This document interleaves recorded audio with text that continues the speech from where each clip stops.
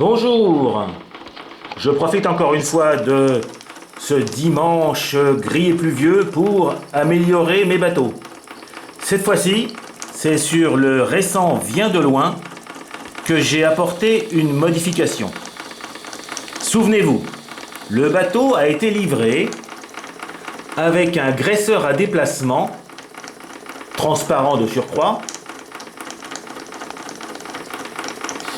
qui, si vous avez vu ma précédente vidéo, se trouvait positionné ici sur la droite de la machine, et plutôt de sa vanne, en tout cas de registre, sachant que le tuyau vapeur venait sur sa gauche.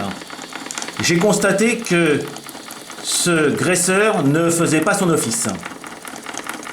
Je pense que sa situation derrière un raccord et derrière la vanne ne favorisait pas le passage de la vapeur. C'est pourquoi j'ai pris la décision, ayant la chance d'en avoir un dans mon spare, dans mon rab. J'avais un autre graisseur à déplacement beaucoup plus simple, en métal cette fois-ci, que j'ai mis directement dans l'axe de la vapeur. C'est-à-dire que, si vous le voyez, normalement vous le voyez, la prise vapeur est tout en bas, il y a un circuit dans la chaudière qui permet à la vapeur d'être légèrement séchée. Le tuyau remonte. J'ai brasé des raccords parce que j'avais la chance de les avoir. J'ai donc mis mon graisseur à déplacement. En fait, c'est un tube traversant le réservoir avec un petit trou de, je crois, 0,3-0,4 dixième. Et maintenant, ce trou, non seulement il prend la vapeur, il prend l'huile et il va graisser la vanne de registre. Donc, bénéfice pour moi. De l'autre côté, j'ai mis un écrou borgne que j'ai bouché pour empêcher toute fuite. Donc là, je tourne tranquillement. Je suis à ma régulation, c'est-à-dire que, vous le savez maintenant, je règle entre 2 et 3 bars. Alors là, je suis à 3 bars, parce que de toute façon, le brûleur n'est pas très violent. Et vous allez voir que dès que j'actionne mon accessoire préféré en accélérant un peu, mon brûleur va s'éclairer.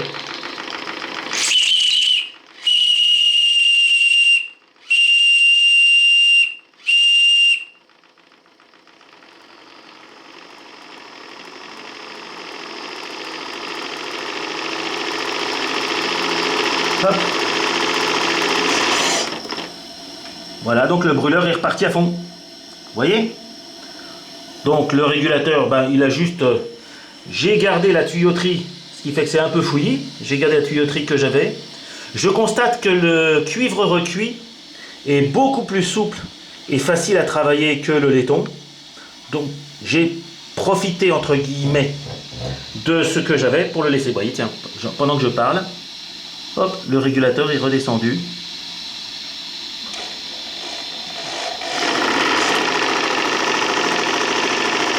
Mais bon, là, mon objectif n'est pas de vous montrer le fonctionnement du régulateur, mais bien le fonctionnement, et surtout de vérifier le fonctionnement du graisseur. Alors, je peux avoir aussi un moyen de le vérifier. Alors, j'adore, vous avez le magnifique panache ici de fumée, là au moins, le diffuseur diffuse. Je vais en direct live ouvrir le désuileur, et on va voir quelle est la gueule de l'eau. C'est très chaud, je peux vous le dire. Le moteur ronronne vraiment gentiment, il marche très bien. Dommage qu'il soit si gourmand et que l'autonomie soit si faible. J'ai pas eu le temps de monter la pompe. Alors attendez, je retrouve, voilà.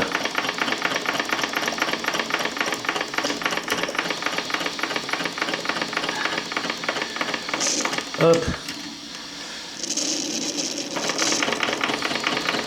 Alors on va voir la couleur de l'eau. Alors où est-ce qu'il est le tuyau? Attendez, je vais dézoomer. Hop, voilà.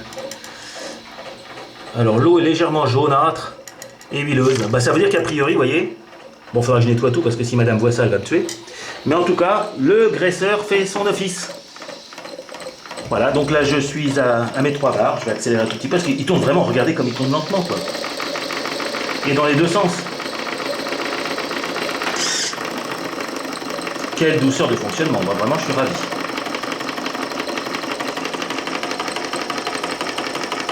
Régulation, 3 barres, tout va bien. Petit sifflet.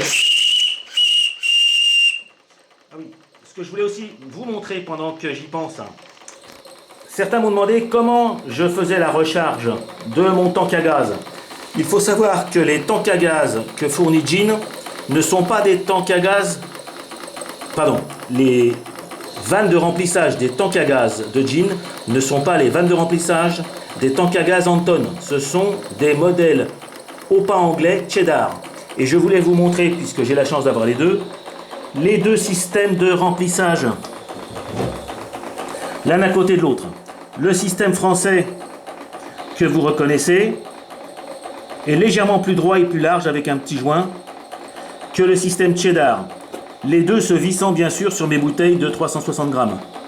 Mais vous voyez, si on les met l'un à côté de l'autre et qu'on regarde, j'espère que vous le verrez, mais c'est pas tout à fait le même diamètre. Donc si vous n'avez pas un Cheddar, il faut vraiment... Et puis il n'a pas tout à fait la même longueur, vous voyez, celui-là est un peu plus long, le français est un peu plus long que le Cheddar. Le Cheddar-like, je vais dire, je suis pas sûr que ce soit que Cheddar. Mais en tout cas, j'ai récupéré ce chargeur avec une machine Cheddar. Donc voilà, les petits exercices du dimanche. Et ça tourne très gentiment. Voilà.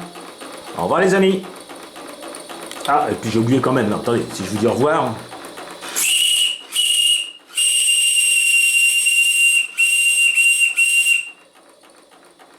Au revoir.